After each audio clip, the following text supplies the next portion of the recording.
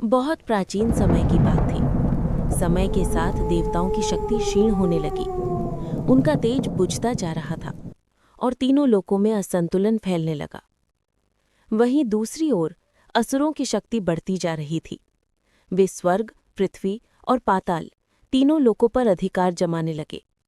घबराए हुए देवता भगवान विष्णु के पास पहुंचे। हाथ जोड़कर प्रार्थना की। हे प्रभु, हमारी रक्षा कीजिए। भगवान विष्णु बोले, अमृत प्राप्त करने के लिए तुम्हें समुद्र मंथन करना होगा। उससे अमृत निकलेगा और तुम फिर से अमर व शक्तिशाली बन सकोगे।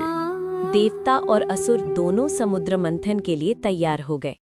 मंदराचल पर्वत को मथनी और वासुकी नाग को रस्सी बनाया गया। जैसे ही मंदराचल पर्वत को समुद्र में रखा गया, वो धरती में धंसने लगा। मंथन रुक गया। सारी योजना असफल होने वाली थी। तभी देवताओं ने फिर से भगवान विष्णु का स्मरण किया। अचानक समुद्र के भीतर से एक विशाल, दिव्य, प्रकाशमान कछुआ प्रकट हुआ और भगवान विष्णु ने कूर्म अवतार धारण किया।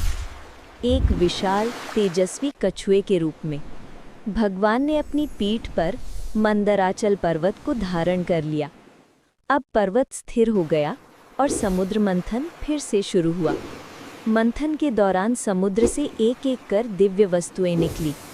कामधेनु, कल्पवृक्ष, ऐरावत हाथी, धन्वंतरी, माता लक्ष्मी और अंत में अमृत कलश। लेकिन अमृत निकलते ही देवताओं और असुरों में फिर से युद्ध छिड़ गया। पूरे मंथन के समय भगवान विष्णु कूर्म रूप में पर्वत का पूरा भार उठाए रहे।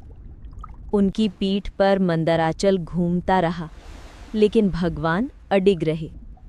यदि भगवान कूर्म रूप न लेते तो समुद्र मंथन कभी पूरा ही न हो पाता, अमृत कभी प्राप्त नहीं होता और देवता कभी शक्तिशाली न हो पाते। इस पूरे समय भगवान कूर्म अपनी पीठ पर पर्वत का असीम भार धारण किए अडिग और शांत बने रहे। उनकी शक्ति से ही मंथन संभव हो पाया और अंत में देवताओं को अमृत मिला। उनकी शक्ति लौट आई और अधर्म पर धर्म की विजय हुई। इस तरह भगवान विष्णु के कूर्म अवतार ने सृष्टि का संतुलन बचाया। इससे पूर्व मैं आप सभी को भगवान विष्णु के प्रथम अवतार मत्स्य अवतार की कथा सुना चुकी हूँ। यदि आपने अभी प्रथम अवतार की कथा नहीं सुनी हो तो आप इस चैनल पर जाकर सुन सकते हैं। यदि आपको ये कथा अच्छी लगी हो तो लाइक, शेयर और सब्सक्राइब करें।